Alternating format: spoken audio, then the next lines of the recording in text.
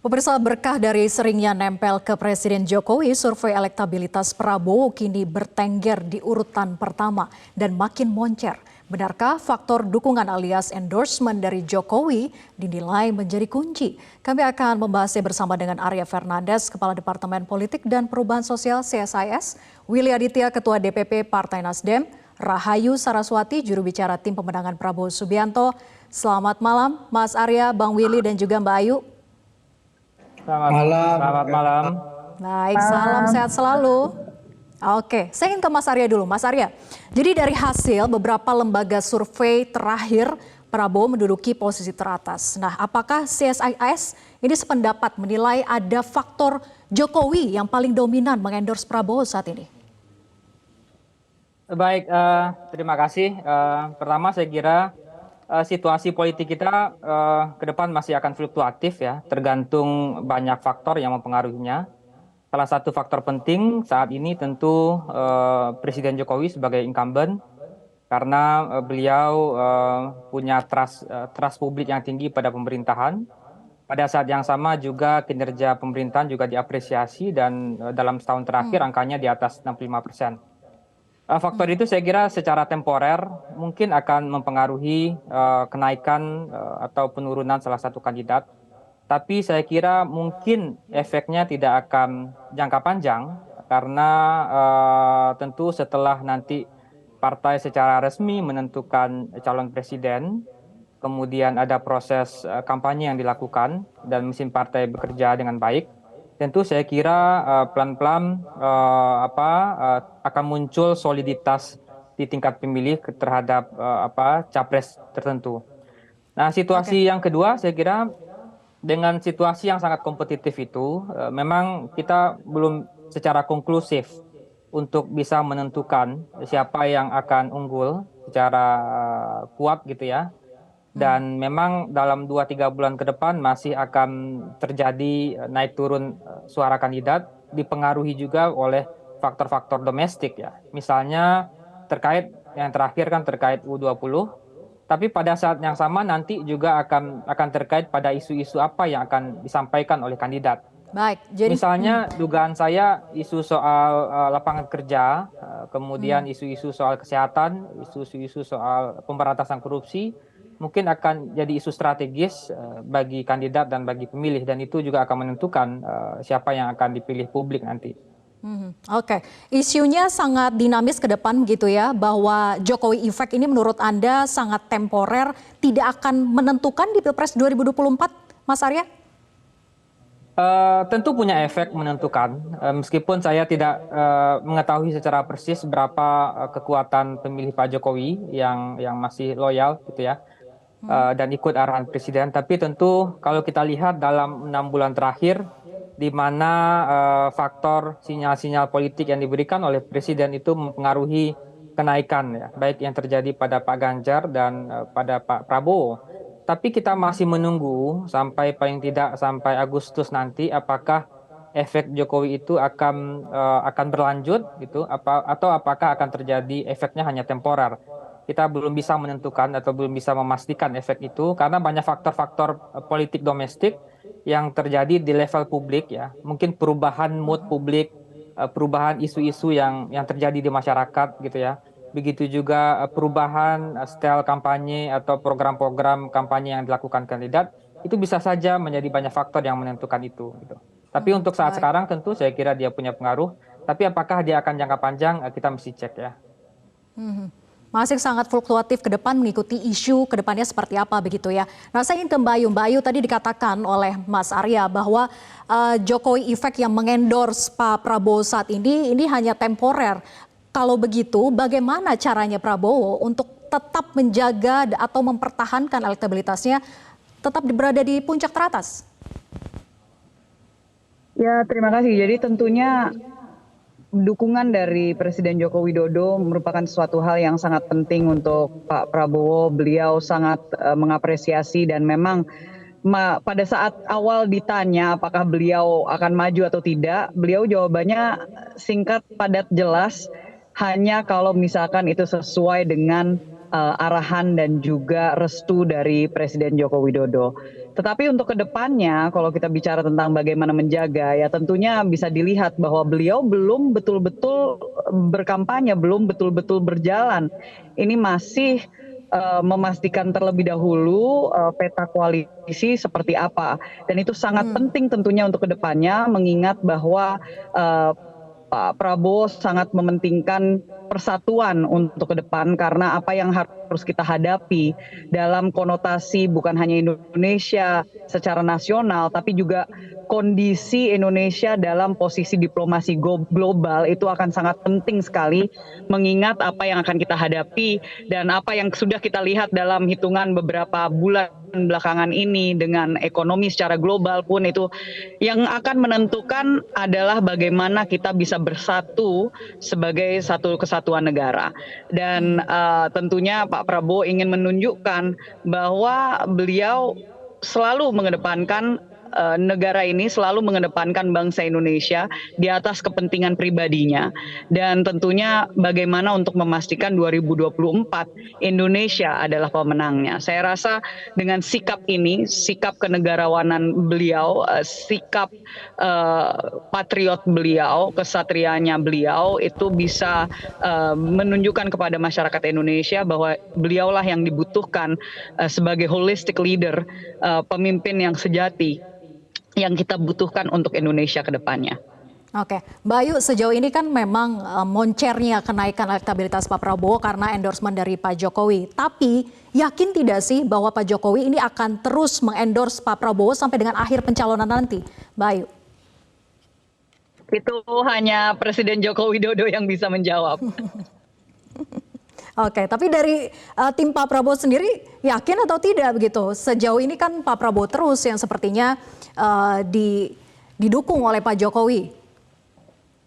Ya tentunya kita selalu mengapresiasi dan kalau misalkan beliau bisa terus memberikan dukungan karena sekali lagi ini hanya bisa sampai sejauh ini dengan restu dari beliau.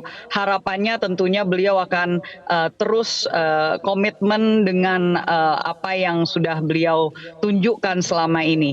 Mudah-mudahan. Oke, mudah-mudahan kita lihat ya bagaimana ke depannya apakah benar-benar Pak Jokowi setia dengan Pak Prabowo sampai dengan akhir nanti pencalonan. Oke, saya ingin ke Bang Willy. Bang Willy, bagaimana melihat konsistensi kenaikan dari baca pres ini ya, dari 3 nama teratas yaitu Prabowo dan Anies konsisten naik, kemudian saat ini Ganjar sedang merosot. Seperti apa kemudian Anies menyikapi agar tidak terus tersalip nih, agar terus konsisten naiknya? Ya, dibanding 2 yang Vera sebutkan di atas, Pak Prabowo, Mas Ganjar, Anies Baswedan berangkat jauh dari bawah ya, sebagai kontestan. Yang satu kader partai besar, yang satu ketua umum partai, 2 kali pernah berkontestasi. Jadi dibilang Pak Prabowo belum kampanye, Pak Prabowo sudah running 10 tahun terakhir. Jadi itulah yang menjadi manifestasi yang paling konkret kita lihat. Mas Anies secara konsisten naik alon-alon asal lakon ya. Ini signifikansi ini terjadi karena apa? Satu, ceruk untuk kemudian arus besar yang meminta gerakan perubahan itu cukup signifikan, Vera, sekitar 68%. Nah, kami melakukan terus-menerus seperti apa yang dibilang oleh Bung Arya Fernandes tadi, ada 3 problem krusial hari ini. Siapapun calon presidennya harus menjawab 3 problem krusial itu. Yang pertama adalah masalah kemiskinan, yang kedua masalah harga-harga, yang ketiga masalah lapangan kerja. Tentu kami di tim Anies Baswedan dialog dari setiap wilayah ke wilayah lain untuk mendengarkan, kemudian mencoba memformulasikan dalam bentuk kebijakan-kebijakan yang akan kita tawarkan. Jadi selama ini Mas Anies keliling itu untuk kemudian berdialog dan lebih banyak mendengarkan apa yang kemudian dirasakan terjadi di tengah-tengah publik. Jadi ini yang kemudian kami juga sudah membangun sebuah koalisi perubahan untuk persatuan yang sebagai tiket Mas Anies, yang lain juga masih tarik ulur ya. Jadi sejauh ini yang sudah memiliki kejelasan tiket koalisi yaitu Mas Anies. Dan kemudian kalau kita berbicara siapa yang paling representatif membawa aspirasi perubahan rakyat, yaitu cuma Anies Baswedan ya. Tentu itu yang menguntungkan posisi Anies dalam proses ini, Vera. Baik, oke. Jadi strateginya berpatok pada gagasan yang ditawarkan begitu ya. Tapi kemudian Bang Willy yang juga tidak kalah penting adalah bagaimana kesiapan koalisi perubahan ini menghadapi dua koalisi lain. Kemungkinan dua koalisi lain yaitu koalisi besar yang diusung katanya kingmakernya adalah Pak Jokowi. Kemudian satunya adalah PDIP. Tapi dijawab nanti usai jeda. Kita lanjutkan perbincangan, tetap bersama kami di Prime Time News. Ini pertemuan tokoh, pertemuan partai politik, saling ketemu. Kalau PDI Perjuangan tidak ada kata koalisi, PDI Perjuangan adanya kata kerjasama. Kalau koalisi itu lebih pada parlementer. Ya. Kalau penguatan presidensial tidak ada kata koalisi di dalam sistem presidensial. Kalau koalisi itu lebih politik dagang sapi untuk menentukan Perdana Menteri. Sah, kekuatan full di parlemen untuk menentukan Perdana Menteri. Kalau presidensial itu lebih foot adalah rakyat. Maka kerjasama terkait dengan threshold itu PDI memang tidak perlu kerjasama dengan partai manapun. Tapi dinamika politik nasional, ya, bagaimana menyelesaikan persoalan bangsa ini saat ini dan ke depan, tidak mungkin PDI Perjuangan menyelesaikannya sendiri. Kita lanjutkan perbincangan. Saya ingin komentar dari Mbak Ayu tadi terkait dengan pernyataan dari Mas Arya Bima, politisi PDIP. Yang menyatakan bahwa PDIP tetap membutuhkan kerjasama begitu ya. Nah, salah satunya ini digadang-gadang untuk bergabung dengan koalisi besar. Nah, sejauh ini bagaimana sih sebetulnya peluang realisasi gabungnya PDIP dalam koalisi besar? Dari awal dan selalu konsisten, Pak Prabowo pun juga menyampaikan minggu lalu bahwa Gerindra, PKB yang sudah menjadi satu koalisi selalu terbuka untuk partai manapun yang mungkin mau berdiskusi, mau untuk menjajaki bagaimana bisa kerjasama, apakah itu dalam bentuk berkoalisi ataupun tidak, itu selalu terbuka pintunya.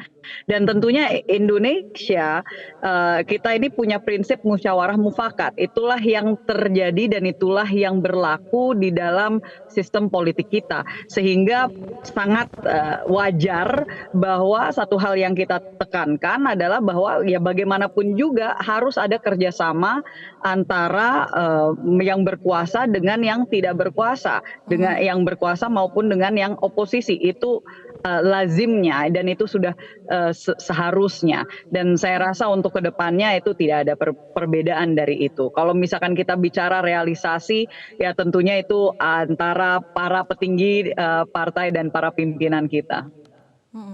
Tapi membuka ruang sebesar-besarnya juga untuk PDIP, karena begini, Golkar kan sudah menyatakan bahwa jika ingin bergabung dengan koalisi besar, PDIP tidak boleh memberikan syarat harus capresnya dari PDIP. Semua harus memiliki kesetaraan, tidak boleh ada yang dominan. Nah, kalau dari Gerindra sendiri, apakah juga mempunyai syarat jika PDIP bergabung dengan koalisi besar? Saat ini belum ada kata syarat tersebut dari Gerindra. Kita selalu hanya menyatakan terbuka untuk membicarakan dengan partai manapun untuk melihat masa depan Indonesia yang lebih baik. Karena 2024 Indonesia lah yang harus menjadi pemenangnya. Oke, jadi tidak mutlak kalau capresnya dari Gerindra, kalau begitu? Kalau misalkan dari segi partai tentunya sesuai dengan Rapimnas yang terjadi di Sentul tahun lalu, di Gerindra sudah sah bahwa yang dinyatakan sebagai capres resminya adalah Prabowo Subianto. Persoalan nanti koalisi seperti apa dan siapa yang akan menjadi capres dan cawapresnya, kalau misalkan dari Gerindra dan PKB yang menentukan, yang memiliki hak untuk menentukan siapa yang akan menjadi capres dan cawapres adalah Prabowo Subianto dan juga Muhaimin Iskandar. Oke, saya ingin ke Mas Arya kalau begitu. Mas Arya, seberapa besar sih peluang realisasi koalisi besar ini? 1-2 partai saja kan tidak tentu mudah ya untuk menyatukan visi misinya. Apalagi ini 5 partai besar. Bagaimana melihat peluangnya? Mungkin tidak sih ini benar-benar akan terrealisasi kalau memang ditambah juga 6 partai dengan PDIP, Mas Arya? Baik, makasih Vera. Saya ingin bicara 2 hal ya. Yang pertama soal peluang dan yang kedua soal kerentanan ya. Kalau soal peluang, saya melihat memang koalisi besar ini ditujukan untuk mengatasi problem-problem atau kerumitan-kerumitan yang terjadi pada KIB dan KKIR gitu ya. Baik yang terjadi pada koalisi Indonesia Bersatu maupun koalisi Kebangkitan Indonesia Raya. Apa problemnya? Pertama, relatif tidak ada progres yang signifikan dalam 1 tahun terakhir. Juga belum ada kepastian siapa yang akan dicalonkan, meskipun sudah ada deklarasi. Dan yang ketiga adalah tidak ada mekanisme yang disepakati soal bagaimana menentukan capres dan cawapres. Nah, sehingga kemudian koalisi besar ini di tengah dilakukan untuk mengatasi kebuntuan-kebuntuan politik yang terjadi. Dan figur Pak Jokowi menjadi magnet politik karena beliau mempertemukan banyak sekali kepentingan-kepentingan elit dan partai politik dalam koalisi besar. Nah, tetapi muncul juga kerentanan di sana. Apa kerentanannya? Yang pertama adalah bagaimana kalau interest politik Pak Jokowi berubah. Misalnya terjadi komunikasi yang intens dengan PDI Perjuangan dan itu bisa saja mengubah interest politik Pak Jokowi. Yang kedua, kerentanan yang kedua adalah bagaimana kalau PDIP melakukan manuver politik yang bisa saja mempengaruhi salah satu atau dua partai di internal koalisi besar. Nah, itu saya kira akan mempengaruhi seberapa survive, seberapa bertahan koalisi besar itu. Tapi saat ini karena situasinya Pak Jokowi masih punya interest di koalisi besar dan bisa mempertemukan banyak interest partai-partai, tentu dia dalam waktu dekat masih akan bertahan. Tetapi ketika akan ada manuver dari PDI Perjuangan atau ada intensi untuk interest politik Pak Jokowi berubah, tentu dia akan sangat rentan juga saya kira. Tapi dengan Pak Jokowi sebagai kingmaker di koalisi besar ini, apakah secara tidak langsung juga bisa menggambarkan kalau ini terus berlanjut begitu ya, akan meninggalkan PDIP? Mungkin tidak sih, Mas Arya? Kita harus ukur dulu seberapa kita kan belum bisa memprediksi langkah yang akan dilakukan oleh Pak Presiden ya, karena memang dari sisi PDI Perjuangan sendiri belum sangat disiplin betul dalam memastikan nama capres ini, dan kader-kader PDI Perjuangan saya kira juga sangat disiplin untuk menunggu keputusan Bu Mega dalam mengumumkan itu. Jadi saya kira Pak Jokowi juga masih wait and see dan menunggu kira-kira gerak langkah apa, kalau kita lagi main catur nih, kira-kira kudanya mau kemana nih PDI Perjuangan. Jadi saya kira Pak Jokowi juga saya kira masih akan dengan sabar menunggu kepastian politik dari PDI Perjuangan. Tapi untuk saat yang sama saya kira sebagai satu bargaining politik, saya kira apa yang dilakukan oleh Presiden Jokowi memang menunjukkan bahwa memang beliau dapat mempertemukan banyak kepentingan di koalisi besar. Artinya kalau Mas Arya melihat ini bukan hanya bentuk perlawanan Pak Jokowi terhadap PDIP secara jangka pendek saja begitu ya. Bisa jadi ini akan menjadi jangka panjang kalau memang intensi politiknya Pak Jokowi memang ingin benar-benar menjadi kingmaker. Saya kira iya ya, karena sejak lama memang beliau sebagai incumbent memang sudah banyak sekali melakukan percobaan-percobaan politik ya, mulai dari kita tahu Pak Ganjar dengan Pak Erik, kemudian muncul nama Pak Prabowo, kemudian ada nama Pak Erlangga, Pak Prabowo dengan Pak Erlangga dan segala macam. Banyak belum lagi percobaan-percobaan politik di luar elektoral gitu yang kita juga tahu. Tapi saya kira mungkin ini adalah percobaan terakhir Pak Jokowi karena waktunya sudah sangat terbatas menjelang Agustus, menjelang pendaftaran capres gitu ya. Dan saya kira memang untuk saat ini saya melihat memang Pak Jokowi punya interest di koalisi besar. Tetapi sekali lagi, bila ada langkah yang baru dari PDI Perjuangan, dan bisa saja juga ini adalah cara yang dilakukan oleh Pak Presiden untuk memancing secara politik PDI Perjuangan. Tapi saya lihat sejauh ini PDI Perjuangan sangat disiplin untuk memastikan bahwa pengumuman soal capres itu berada di tangan Bu Mega. Oke. Bisa saja masih hanya sekedar memancing PDIP begitu ya, mau join atau tidak dengan koalisi besar dan mengalahkan mungkin kursi capresnya kepada partai lain. Nah, saya ingin ke Bang Willy. Bang Willy, jadi menurut Anda bahwa koalisi besar yang digawangi oleh kingmakernya Pak Jokowi ini jadi ancaman tidak sih bagi koalisi perubahan? Ya, Vera, ada hal yang cukup sesat selama ini terjadi dalam proses pembangunan koalisi. Yang menjadi magnet utama dalam Pilpres itu ya capres, Nasdem, Demokrat, PKS dengan penuh kesadaran itu mencapreskan Anies. Nah, kodanya ada. Nah, ini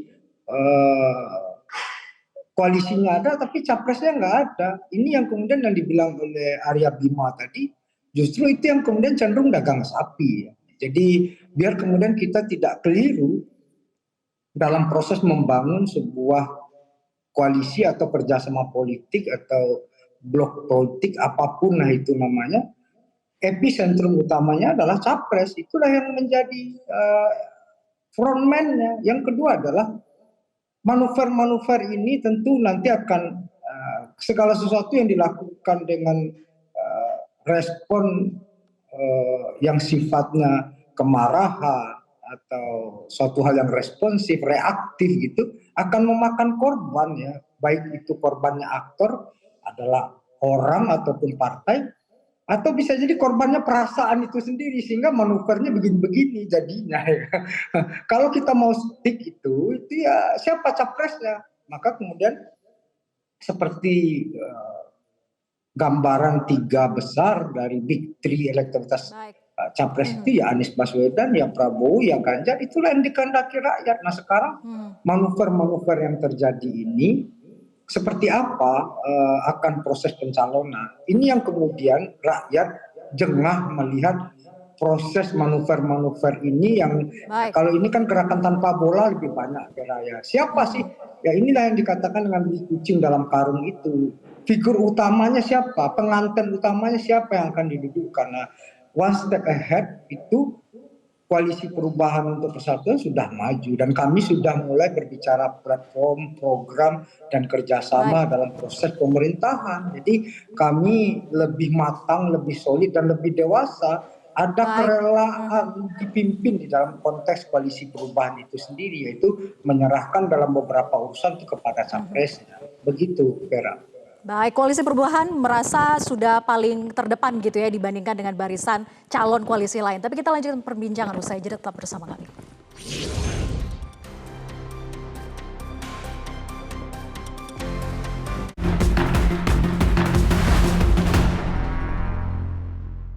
Dipersembahkan oleh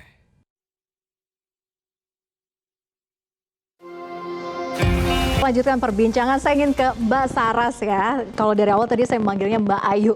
Oke, Mbak Saras, jadi bagaimana menanggapi statement tadi yang disampaikan oleh Bang Willy yang mengatakan bahwa Koalisi Perubahan sudah selangkah lebih maju, jelas siapa yang mau diusung. Koalisi besar ini kan banyak sekali partai-partai besar di dalamnya sehingga leadernya siapa saja tidak tahu, apalagi siapa yang mau diusung. Mbak Saras.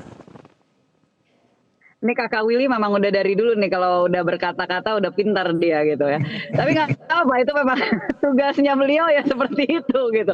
Nah kalau misalkan kita bukan berarti kita nggak tahu leadernya siapa. Kalau misalkan dari koalisi ini kan saat ini ya sudah jelas bahwa untuk Gerindra dan PKB ya sebagai Kebangkitan Indonesia Raya itu jelas mengusung Pak Prabowo Subianto itu sebagai calon presiden. Nah ini tinggal siapa menjadi cawapresnya. Kebetulan ada partai-partai lain yang juga melirik ya, yang istilahnya siap untuk bekerja sama, mau berdiskusi lebih dalam, melihat peta ya apapun ya namanya juga politik kita fair-fair saja lah, H-1 jam aja juga bisa berubah gitu loh, sesuai dengan pengalaman yang udah pernah kita lihat jauh-jauh hari. Jadi karena juga banyak partai ya, terutama juga kita lihat saja yang bisa maju tanpa berkoalisi. PDI Perjuangan saja belum menentukan siapa yang akan menjadi capresnya. Nah dalam hal ini saya rasa ini perlu untuk menjadi pertimbangan semua. Saya yakin pun juga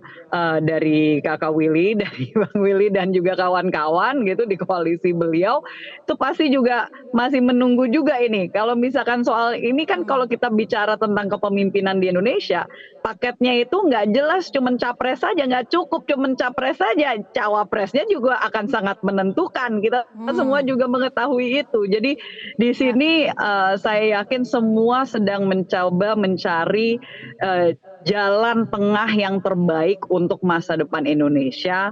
Harapannya tentunya banyak dari kami berharap melihat adanya koalisi kebangsaan yang kokoh, yang menyatukan kekuatan-kekuatan besar yang ada di Indonesia, supaya elit-elit yang ada ini bekerja sama demi kepentingan Indonesia Raya. Itu adalah harapan dari kita semua. Baik, masih sangat dinamis, masih penjajakan begitu ya koalisi besar ini. Saya ingin ke Mas Arya, singkat saja durasi kita terbatas Mas Arya. Jadi bagaimana menurut Anda? Apakah memang semua koalisi ini ada berada di tangan Jokowi nantinya? Bahwa akan menjadi 3 poros atau 2 poros, kendalinya ada di tangan Pak Jokowi menurut Anda Mas Arya?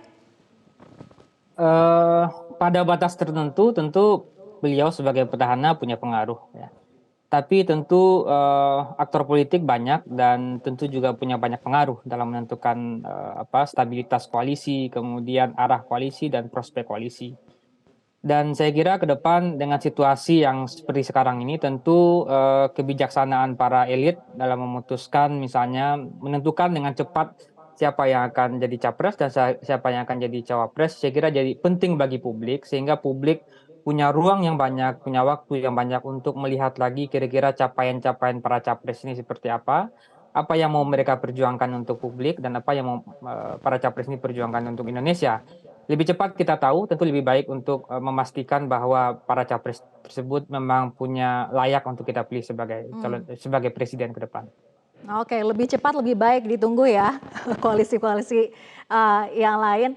Oke, singkat saja terakhir Bang Willy, ternyata kita masih ada durasi sedikit. Menanggapi silakan Bang Willy. Ya, dalam pepatah kampung saya itu ada mengatakan masak pagi mentah siang. Segala sesuatu tidak boleh drivernya itu emosi. Nanti banyak yang jadi korban. Artinya belajar tentu kepada pengalaman-pengalaman dan praktek-praktek yang baik. Nah, kami sudah menetapkan capresnya Anies Rashid Baswedan, figur perubahan sentral yang ada di hati rakyat. Dan sekarang apa yang ditadaskan oleh Kak Saras tadi, siapa yang akan mendampingi? Nanti kita tanya ke Kak Saras. Biasanya kalau rezeki anak soleh itu dapat yang baik-baik aja biasanya itu. Nah, gitu. Jadi sabar, kita alon-alon asal kelakon. Insya Allah it's time for Anies Baswedan. Wis wayahe Anies jadi presiden. Gitu. Terima kasih, Vera. Oke, alon-alon asal kelakon, tapi katanya tadi Mas Arya lebih cepat lebih baik. Kita tunggu ya seperti apa dinamika politik ke depannya. Apakah 3 poros atau 2 poros, kita lihat ke depannya. Terima kasih Mas Arya, Bang Willy dan juga Mbak Saras. Selamat malam.